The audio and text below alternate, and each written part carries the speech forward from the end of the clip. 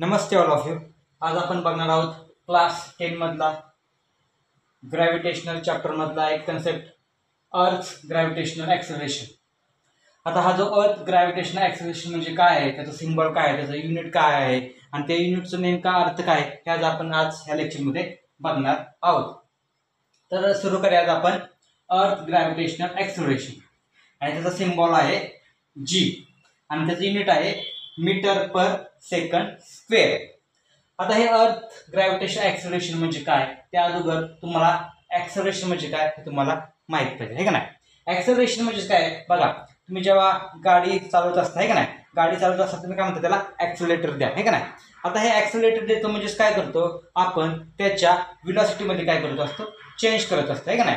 आता कधी कधी तुम्हाला व्हेलॉसिटी म्हणजे काय ते समजत नाही, त्याच्यासाठी तुम्हाला काय स्पीड म्हणजे काय तुम्हाला माहिती आहे का नाही. स्पीड आणि व्हेलॉसिटी ह्या दोन्ही कन्सेप्ट दिसायला जरी एकसारखे असतील किंवा समजायला जरी एकसारखे असतील, पण त्याच्यामध्ये काय स्केलर क्वांटिटी, वेक्टर क्वांटिटी त्याच्यामध्ये काय थोडाफार फरक आहे.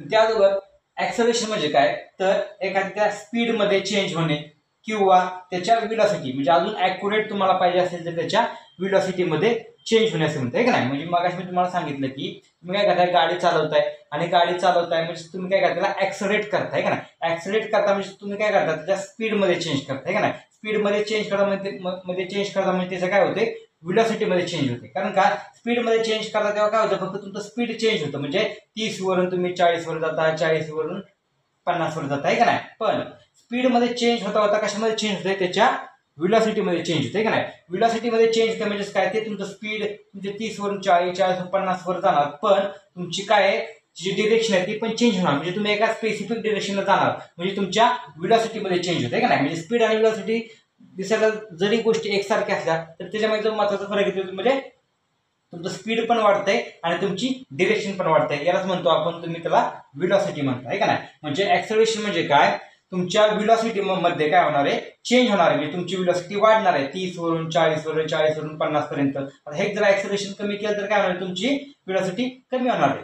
जे ॲक्सेलरेशन म्हणजे काय, तुमच्या व्हेलॉसिटीमध्ये काहीतरी चेंज होणं. हा चेंज इन्क्रीज सुद्धा होऊ शकतो किंवा डिक्रीज सुद्धा होऊ शकतो. म्हणजे तुम्हाला सांगितलं की तुम्ही गाडी चालवत असताना तुम्ही ॲक्सेलरेट करता म्हणजे तुम्ही काय करता, व्हेलॉसिटीमध्ये चेंज करता. आता आपल्याला इथं बघायचं इथं काय, ग्रॅव्हिटेशनल ॲक्सेलरेशन म्हणजे इथं काय होतं, या अर्थ ग्रॅव्हिटेशनल ॲक्सेलरेशन म्हणजे काय होतंय, अर्थच्या ग्रॅव्हिटेशनच्या ॲक्सेलरेशन मध्ये काय चेंज होतोय, आहे का नाही. म्हणजे एखादी वस्तू तुम्ही वरून खाली सोडली असता त्याच्या ॲक्सेलरेशन मध्ये म्हणजे त्याच्या व्हेलॉसिटीमध्ये काय चेंज होणार आहे. तसं बघायला गेलं तर ही व्हेलॉसिटी काय होणार आहे, तुमची वाढतच जाणार, आहे का नाही. म्हणजे एखादा बॉल घेतला, बॉल मी वरून खाली टाकला तर काय होणार आहे, त्याच्या व्हेलॉसिटीमध्ये चेंज होणार आहे. म्हणजे त्याची व्हेलॉसिटी काय होणार आहे, वरून खाली होत असताना काय होणार आहे, त्याची व्हेलॉसिटी काय होणार आहे, वाढणार आहे.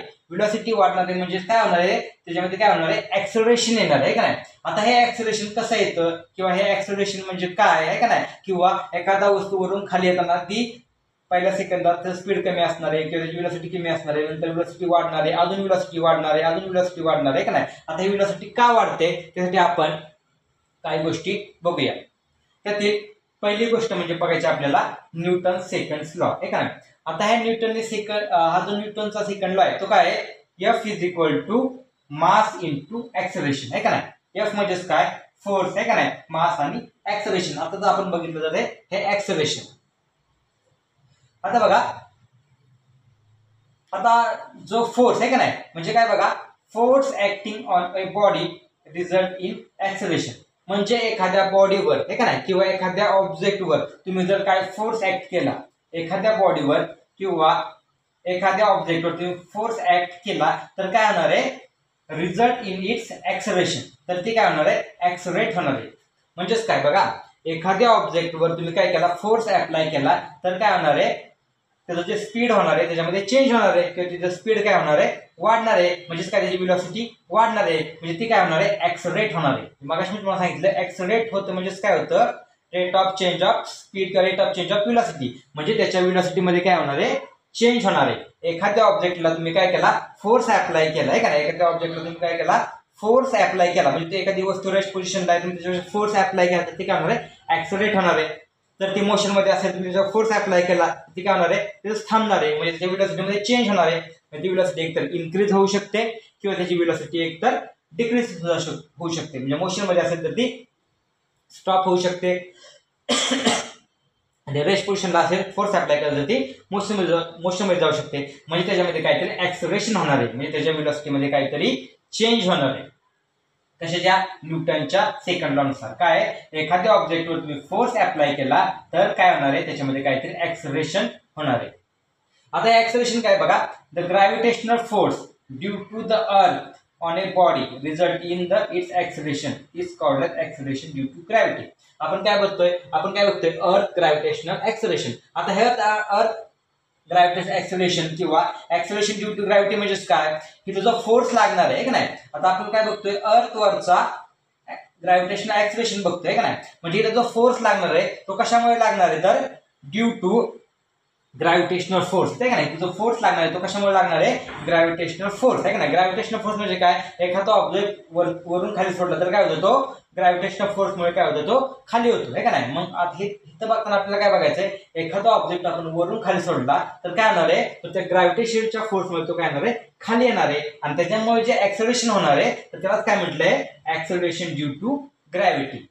आपण मगाशी एखाद्या ऑब्जेक्टला फोर्स लावला ते आपण रॅन्डमली बघतोय हे का नाही, पण इथं आपण जो फोर्स लावणार आहे तो कसा फोर्स लागणार आहे, तर ग्रॅव्हिटेशनल फोर्स, म्हणजे ग्रॅव्हिटी त्याला खाली खेचणार आहे, आणि त्या ग्रॅव्हिटीमुळे तो ऑब्जेक्ट खाली येत असेल है का नाही, अर्थवरती येत असेल तर आपण त्याला काय म्हणणार आहे, ऍक्सलरेशन ड्यू टू ग्रॅव्हिटी. आता ही जी क्वांटिटी आहे ती कशी आहे, स्केलर का वेक्टर, तर ती वेक्टर क्वांटिटी आहे का नाही. म्हणजे ह्याच्यामध्ये तुम्हाला स्केल पण कळणार आहे आणि वेक्टर पण कळणार आहे. म्हणजे वेक्टर म्हणजे काय, तुम्हाला त्याची डिरेक्शन पण कळणार आहे, की एखाद्या वस्तूवरून खाली सोडले तर तो एका स्पेसिफिक डिरेक्शनला येणार आहे. म्हणजे तुम्हाला ह्याच्यामध्ये स्केल प्लस तुम्हाला त्याची म्हणजे क्वांटिटी प्लस तुम्हाला त्याची डिरेक्शन सुद्धा मिळते, म्हणून आपण त्याला म्हणतोय वेक्टर क्वांटिटी.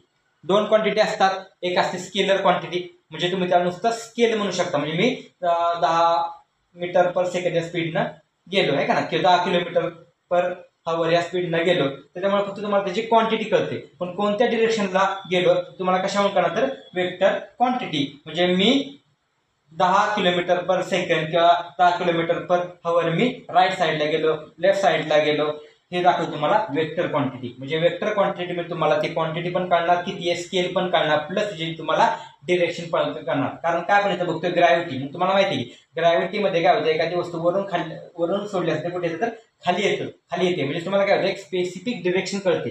त्यामुळे ही जी क्वांटिटी आहे ती कोणती क्वांटिटी आहे, ग्रॅव्हिटेशनल ऍक्सलरेशन, ती आहे वेक्टर क्वांटिटी.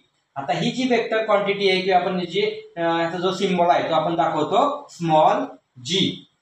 कशाने दाखवतो आपण, ग्रॅव्हिटेशनल ऍक्सलरेशन कशामुळे दाखवतो, तर स्मॉल जी. आता ह्याचं जे युनिट आहे ते काय आहे, मीटर पर सेकंड स्क्वेअर. मीटर पर सेकंड नाही, काय मीटर पर सेकंड स्क्वेअर. सिम्बॉल आहे जी आणि त्याचं युनिट आहे मीटर पर सेकंड स्क्वेअर. आता ही व्हॅल्यू ऑफ जी किंवा आपल्या अर्थ वरती ह्या ज्या अर्थची व्हॅल्यू आहे का नाही, त्या आपल्या अर्थवरती ह्या जी ची काय व्हॅल्यू आहे ती आपल्याला इथं बघायची. आता ही जी ची व्हॅल्यू कशी फाइंड आउट करायची, तर बघा तुम्हाला माहित असेल काय, मगाशी मी तुम्हाला सांगितलं काय, न्यूटनने काय सांगितलं होतं, एखाद्या ऑब्जेक्टवर फोर्स अप्लाय केला तर ते काय होतं, ऍक्सलरेट होते हे का नाही. आता एक न्यूटनचा युनिव्हर्सल लॉ आहे का नाही, तो कुठे अप्लाय होऊ शकतो, अर्थवरती, मूनवरती, कुठे होऊ शकतो, पण आता आपण इथं बघतोय तर अर्थवरती. बघा न्यूटनने एक युनिव्हर्सल लॉ सांगितला होता, काय, F is equal to G capital M small m upon R square, किंवा काय होतं तुम्हाला डी स्क्वेअर सुद्धा, डिस्टन्स सुद्धा बघायला मिळतं, आर म्हणा किंवा तुम्हाला डी म्हणा. काय, F is equal to G capital M small m upon R square आहे का नाही. तुम्हाला माहिती आहे जे युनिव्हर्सल कॉन्स्टंट तुम्हाला माहिती आहे, एम म्हणजे एखाद्या मोठ्या ऑब्जेक्टचं मास असेल ते तुम्हाला इथं अर्थ मास म्हणू शकता, एम म्हणजे छोट्या ऑब्जेक्टचं मास, म्हणजे तुम्ही कोणती वस्तू सोडताय का नाही, म्हणजे तुम्ही अर्थवरून एखादी छोटी वस्तू सोडताय, अर्थवरून बॉल एखादा खाली सोडताय का नाही, म्हणजेच काय, जी युनिव्हर्सल कॉन्स्टंट एम म्हणजे त्या मास, कोणाचं अर्थचं मास, बॉल सोडताय म्हणजे त्या बॉलचं काय मास असेल, आणि डिस्टन्स किती डिस्टन्स आहे ते तुम्ही म्हणजे किती अंतरावर तुम्ही सोडताय त्याच्यावर ते अवलंबून आहे. म्हणजे त्याचा जो लॉ आहे काय, F is equal to G M M upon R square. अजून एक दुसरं एक इक्वेशन आहे फोर्सचं, काय, एम इंटू ए. मगाशी आपण बघितलं मास इंटू ऍक्सलरेशन. आता हे ए आपण कधी वापरतो, जेव्हा एखादा हॉरिझॉन्टल ऍक्सलरेशन असेल, म्हणजे एखादी गाडी अशी पुढे जात असेल आहे का नाही, तेव्हा आपण ए वापरतो, कारण का ते ऍक्सलरेशन आहे का नाही, तर ग्रॅव्हिटी संदर्भात नाही, फक्त ऍक्सलरेशन आहे. काय, गाडी अशी हॉरिझॉन्टल अशी ऍक्सलरेटने काय होते, पुढे चालली आहे. पण आपल्या इथे बघायचं अर्थ ग्रॅव्हिटेशनल ऍक्सलरेशन आहे का नाही. ग्रॅव्हिटी आला म्हणजे काय, तर एखादी वस्तू काय होणार आहे, वरून खाली येणार आहे का नाही. वरून खाली जेव्हा येतो आहे का नाही, वरून खाली जेव्हा येतो तेव्हा ते कशामुळे येते, तर ग्रॅव्हिटीमुळे येते. कशामुळे येते, ती ग्रॅव्हिटीमुळे येते. त्यामुळे आपण तिथं काय म्हणतो, m इंटू जी. फक्त ए ऐवजी आपण इथं काय वापरायचं आहे, जी. जर गाडी अशी हॉरिझॉन्टल चालली असेल तर काय होणार आहे, तिथं स्मॉल ए वापरायचा आहे. पण एखादी वस्तू ती गाडी वरून खाली येत असेल तेव्हा आपण ए ऐवजी काय वापरायचा आहे, जी वापरायचा आहे. म्हणजे नवीन इक्वेशन काय झालं, F is equal to m into g आहे का नाही. दोन इक्वेशन तुम्हाला मिळाले फोर्सची, F is equal to G m upon R square, आणि दुसरं इक्वेशन मिळालं F is equal to m into g. आता हे दोन्ही इक्वेशन आपण एकत्र केले आहे का नाही. m into G is equal to G m upon R square.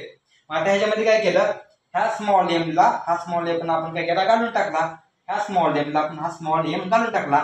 म्हणजे तुम्हाला नवीन इक्वेशन काय मिळालं, G M upon R square. इथपर्यंत तुम्हाला काय मिळालं, G M upon R square आहे का नाही. जेव्हा तुम्हाला आता बघा इथं एक गोष्ट तुम्हाला बघण्यासारखी आहे, काय, जेव्हा एखादी वस्तू म्हणजे इथं जी म्हणजे काय ऍक्सलरेशन होणार आहे, त्या ऍक्सलरेशन मध्ये आपण काय केलंय, स्मॉल एम घालवलाय. स्मॉल एम म्हणजे काय, ऑब्जेक्टचं मास आपण घालवतोय. ऑब्जेक्टचं मास त्या ऍक्सलरेशन मध्ये काही फरक पडत नाही. बघा मी काय म्हणतोय, जेव्हा एखादी वस्तू वरून खाली ग्रॅव्हिटेशनल ऍक्सलरेशन होत असतं, ग्रॅव्हिटीमध्ये खाली येत असते, त्याच्यामध्ये ऍक्सलरेशन होतं म्हणजे त्याचं येण्याचं जे स्पीड आहे का नाही, ते काय होणार आहे, सगळ्या ऑब्जेक्टसाठी सारखं असणार आहे. म्हणजे तिथं मासचा काय संबंध नाही, एखाद्याचा मास जास्त असेल किंवा एखाद्याचा मास कमी असेल. स्मॉल एम म्हणजे त्या ऑब्जेक्टचं मास मगाशी मी सांगितलं, आणि कॅपिटल एम म्हणजे कोणत्या ग्रहावरून ते खाली येते आहे का नाही. आता आपण अर्थचं कन्सिडर केलं म्हणजे एम, तिथं अर्थ कन्सिडर केलाय, पण इथं एम, त्या अर्थवरून तुम्ही एम म्हणजे एखादा बॉल खाली सोडताय. म्हणून हा बॉलचं आपण काय केलेलं आहे, इक्वेशन मध्ये करणार नाही. तिथं वेट इथं काय करणार नाही, कन्सिडर इथं करणार नाही. का, कारण मी तुम्हाला सांगितलंय की जेव्हा ऍक्सलरेशन होत असते तेव्हा तिथं ऑब्जेक्टचं मास होत नाही. म्हणजे बघा मी एखादा 10 किलोचा किंवा 5 किलोचा एखादा गोळा वरून खाली सोडला आणि एखादा मोराचं पंख वरून खाली सोडलं, तर अगोदर कोण खाली येणार आहे. जर हे इक्वेशन बघितलं तर ते दोन्ही एकाच टायमिंगला खाली यायला पाहिजे. का, कारण इथं स्मॉल एम म्हणजे मास कन्सिडर होत नाही. पण आपण जर हीच प्रॅक्टिकल मध्ये करायला गेलो, एखादा गोळा एखाद्या 10 किलोचा 5 किलोचा किंवा 2 किलोचा गोळा वरून खाली सोडला, त्याचसोबत एक मोराचं पीस खाली सोडलं, तर मोराचं पीस काय होणार आहे, थोडं लेट येणार आहे आणि तो गोळा खाली येणार. कारण का, त्याच्यामध्ये त्या मोराचं पीस त्याला काय करते, एअर काय करते, रेजिस्ट करते. काय करते, त्याला अडचणीत आणते किंवा त्याला काय करते, विरोध करते आहे का नाही. त्याला त्या मोराच्या पीसला काय करते, एअर रेजिस्ट करते. त्यामुळे मोराचा पीस थोड्या लेट नाही. पण हीच जर तुम्ही प्रोसेस जर व्हॅक्यूम मध्ये केली, कशामध्ये केली तुम्ही, जर हीच जर प्रोसेस जर तुम्ही व्हॅक्यूम मध्ये केली, तर ते मोराचं पीस आणि तो गोळा दोन्ही एका टायमिंगला येईल, कारण त्यात कोणताही रेजिस्टन्स नसणार आहे. त्यामुळं ऍक्सलरेशन मध्ये मासचा काही इफेक्ट होत नाही. त्यामुळे आपण काय केलं, ह्या एमला हे एम घालवलेलं आहे. म्हणजे तुमचं फक्त इक्वेशन काय होणार, g is equal to G M M upon g is equal to G M upon R square आहे का. म्हणजे तुम्हाला इथं जे ऍक्सलरेशन त्याचा फॉर्म्युला मिळाला, काय मिळाला, g is equal to G M upon R square. आता हे आपल्याला कुठे बघायचंय, अर्थ वरती किती आहे बघायची. अर्थ वरती ह्या जी ची व्हॅल्यू किती बघायचंय. मग ते इक्वेशन मध्ये आपल्याला टाकायचं काय, स्मॉल जी म्हणजे ग्रॅव्हिटेशनल ऍक्सलरेशन काय होणार आहे, G M upon R square. हा जो कॅपिटल जी आहे, कॅपिटल जी म्हणजे काय, युनिव्हर्सल कॉन्स्टंट. तुम्ही अगोदरच्या अगोदरच्या पॉईंट मध्ये शिकला असला, काय ह्या कॅपिटल जी ची व्हॅल्यू काय आहे, हा युनिव्हर्सल कॉन्स्टंट आहे. ते कुठे गेलं तर चेंज होत नाही. काय 6.67 इंटू 10⁻11 ठीक आहे. त्यानंतर यम आहे का, यम म्हणजे काय, त्या प्लॅनेटचं मास आहे का, कोणत्या प्लॅनेटवरून सोडताय. आपण इथं फक्त अर्थ म्हणून आपण इथं जे मास घेणार आहे ते कशाचं घेणार आहे, अर्थचं मास. अर्थचं मास किती आहे, आपल्या पृथ्वीचं मास किती आहे, 6 इंटू 10⁻24 आहे का, 6 इंटू 10⁻24 6 इंटू 10⁻24 आहे का. त्यानंतर काय, आर स्क्वेअर. त्यानंतर डिस्टन्स किती आहे का, त्यानंतर काय डिस्टन्स म्हणजे तर रेडियस. इथं काय बघायचं आपल्याला, इथं रेडियस बघायचं. काय बघायचं आहे, रेडियस. मग आपल्या अर्थचं जे रेडियस आहे किती, 6.4 इंटू 10⁻6 6.4 इंटू 10⁻6 याचा स्क्वेअर आहे का नाही. म्हणजे तुम्हाला काय बघायचं आहे, अर्थ वरून एखाद्या वस्तूवरून खाली येत असताना ते किती स्पीडनं खाली येणार आहे, किंवा त्याचं जे युनिट असणार आहे मीटर पर सेकंड ते किती असणार ते बघायचं आहे. मग जी युनिव्हर्सल कॉन्स्टंट ठेवला आपण 6.67 इंटू 10⁻11. त्यानंतर एम, आपण अर्थ वरून एखादी वस्तू खाली सोडतोय त्याचं मास किती आहे 6 × 10⁻24. त्यानंतर रेडियस किती आहे 6.4 × 10⁻6 आणि त्याचा स्क्वेअर केला. त्याचं कॅल्क्युलेशन केलं तर तुम्हाला किती मिळणार आहे 9.77 मीटर पर सेकंड स्क्वेअर म्हणजे काय 9.8. अजून तुम्ही त्याला राऊंड ऑफ केलं तर किती होते 9.8 मीटर पर सेकंड स्क्वेअर. म्हणजे एखादी वस्तू तुम्ही अर्थ वरती वरून खाली सोडली असता त्याच्यामध्ये प्रत्येक सेकंदाला त्याचं ऍक्सिलरेशन किती असणार आहे 9.8 मीटर पर सेकंड स्क्वेअर. म्हणजे ती वस्तू तुम्ही वरून खाली सोडली असता पहिल्या सेकंदात ती किती खाली येणार आहे किती मीटर खाली येणार आहे तर 9.8 म्हणजे 9.8 मीटर पहिल्या सेकंदात खाली येणार आहे. समजलं काय होणार आहे त्याचं युनिट काय आहे 9 मीटर पर सेकंड स्क्वेअर. पण त्याची व्हॅल्यू किती आहे 9.8. म्हणजे एखादी वस्तू वरून खाली सोडली असता पहिल्या सेकंदात ती किती येणार आहे 9.8 मीटर पर सेकंड येणार आहे. पण आता तुम्हाला इथं अजून एक वेगळी गोष्ट काय बघा 9.8 मीटर पर सेकंड स्क्वेअर. आता ह्या मीटर पर सेकंड स्क्वेअरचा अर्थ काय तर बघा मीटर पर सेकंड स्क्वेअरचा अर्थ काय तर मीटर पर सेकंड ईच सेकंड. मीटर पर सेकंड ईच सेकंड म्हणजे अर्थ वरून एखादी वस्तू वरून खाली येत असताना ती कोणत्या ऍक्सलरेशनने कोणत्या स्पीडने कोणत्या वेळेसाठी खाली येणार तर 9.8 मीटर पर सेकंड ईच सेकंड. म्हणजेच काय त्याचं एक्झाम्पल बघायचं झालं तर बघा कन्सिडर करा की एक काहीतरी 100 मीटरचे का एक बिल्डिंग आहे काय आहे एक 100 मीटरची काय बिल्डिंग आहे. आता ह्या 100 मीटरच्या बिल्डिंग वरून मी एखादा बॉल एखादा ऑब्जेक्ट वरून खाली सोडला असता तर तो कसा येणार आहे खाली तर 9.8. आता फक्त इतर एक्झाम्पल साठी आपण काय करा की जीची व्हॅल्यू 9.8 ऐवजी तुम्ही तर अजून राऊंड ऑफ करा 10 करा किती 10 मीटर पर सेकंड अशी आपली व्हॅल्यू आहे कन्सिडर किती 10 मीटर पर सेकंड स्क्वेअर.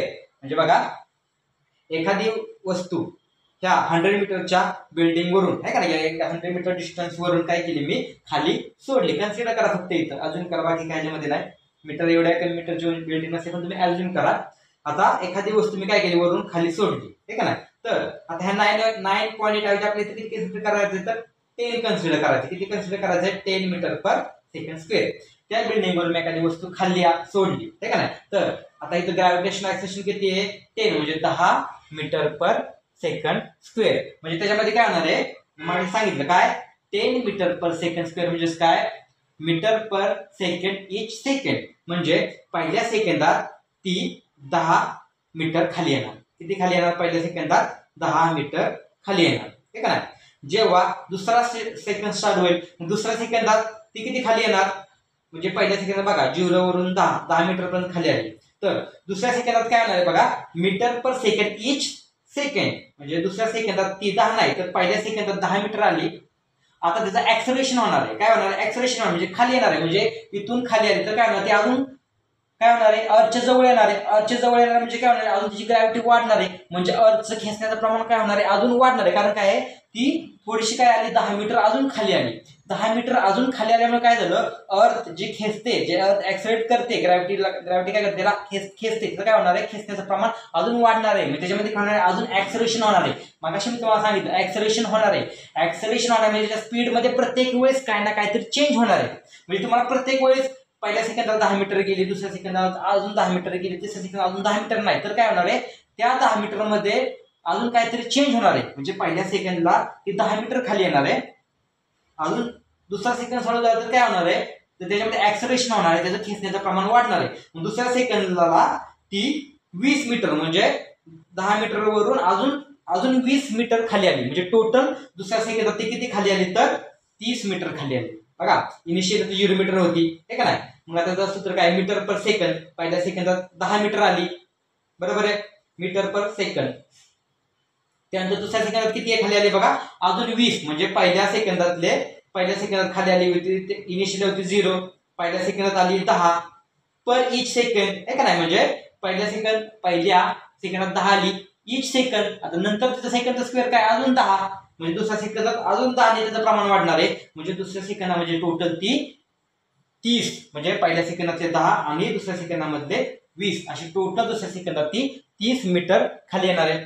तिसऱ्या सेकंदात ती अजून एक्स्ट्रा 30 मीटर खाली येणार आहे. म्हणजे टोटल तिसऱ्या सेकंदामध्ये ती पहिल्या सेकंदातले 10, दुसऱ्या सेकंदातले 20 म्हणजे 30 आणि तिसऱ्या सेकंदातले 30 म्हणजे टोटल हे 30 + 30 60 मीटर म्हणजे तिसऱ्या सेकंदात ती 60 मीटर खाली येणार. कारण का मीटर पर मी सांगितलं काय मीटर पर सेकंड इच सेकंड म्हणजे पहिल्या सेकंदात प्रत्येक बघा पहिल्या सेकंदात 10 मीटर खाली आली, दुसऱ्या सेकंदात पहिल्या सेकंडचे 10 प्लस दुसऱ्या सेकंडचे 10 म्हणजे टोटल 20 मीटर खाली येणार आहे. तिसऱ्या ह्याच्यामध्ये पहिल्या 2 सेकंदाचे 10 + 20 30 प्लस ह्याचे अजून जे ग्रॅव्हिटेशनचं वाढणार आहे का नाही अजून ते काय होणार आहे वाढणार आहे म्हणजे ते अजून 20 अजून हे 10 म्हणजे 30 म्हणजे तिसऱ्या सेकंद अजून ते 10 ने वाढणार आहे म्हणजे ती अजून 30 मीटर खाली येणार म्हणजे टोटल 60 मीटर खाली येणार आहे.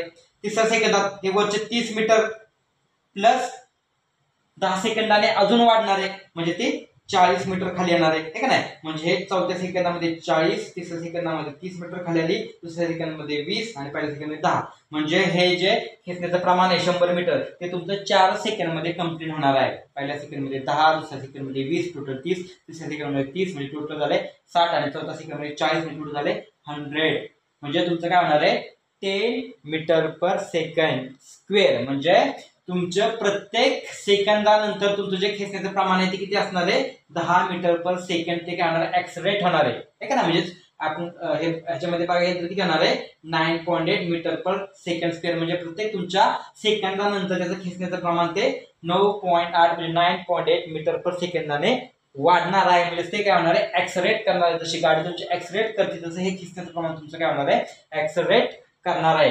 हे जर तुम्ही जर मूनवरती बघितलं याचं प्रमाण तुम्हाला खूप कमी 1 पॉईंट काय बघायला मिळते. त्यामुळे एखादी वस्तू तुम्ही उडी जरी वरून मारली मूनवर त्याचं खेचण्याचं प्रमाण किती असणार खूप कमी असणार आहे. म्हणजे तुम्हाला मूनवरती उडी मारली आणि तुम्हाला जी मून खाली खेचणार त्याचं प्रमाण खूप कमी असणार आहे 2.163 काहीतरी अप्रॉक्सिमेटली ते खेचण्याचं प्रमाण आहे. म्हणजे तुम्ही वरती उडी मारली अर्थवरती तर एका सेकंदात 9.8 मीटर पर सेकंदाचं तुम्ही खाली येणार आहे आणि ती जर तुम्ही मून वरून मारली तर 1.63 म्हणजे त्याचं खेचण्याचं प्रमाण खूप कमी असणार. त्यामुळे तुम्ही बघितलं असेल सायंटिस्ट ते जे ॲस्ट्रॉनॉट वरती जातात मूनवरती जातात आणि तुम्ही ते फ्लाय करत जातात म्हणजे काय ते ज्या उडी मारतात तेव्हा त्यांना खाली यायला वेळ लागतो कारण का त्याचं खेचण्याचं प्रमाण खूप कमी आहे आणि आपण अर्थवरती लगेच खाली येतो. त्या कम्पॅरिझन तुम्ही मून मध्ये बघितलं ते तुम्हाला कंटिन्युअस ते फ्लाय करत दिसतात कारण त्यांना एखादी उडी त्याने वरती मारली तर खेचायला त्यांना खूप वेळ लागतो किंवा खूप कमी स्पीड लागतं कमी वेळा स्पीड लागते त्यामुळे ते हळूहळू खाली येतात. त्यामुळे तुम्हाला तिथे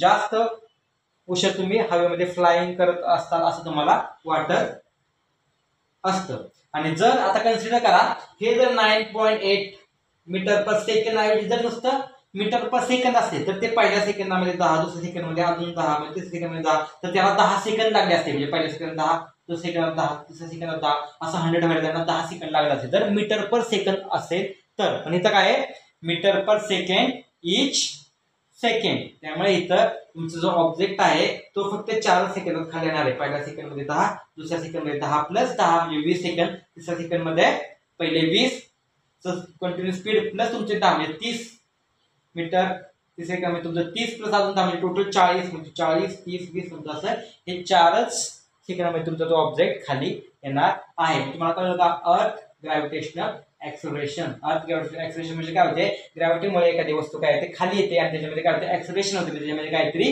वेलोसिटीमध्ये चेंज होते त्याच्या स्पीडमध्ये चेंज होते कारण का ती जशी पृथ्वी जवळ येते ते खेचण्याचं प्रमाण वाढणार आहे आणि प्रत्येक वेळी ते खेचण्याचं प्रमाण किती असणार आहे 9.8 मीटर पर सेकंड म्हणजे प्रत्येक सेकंदानंतर त्याच्या स्पीडमध्ये 9.8 ने काय होणार तो इन्क्रीज होणार आहे. थँक्यू.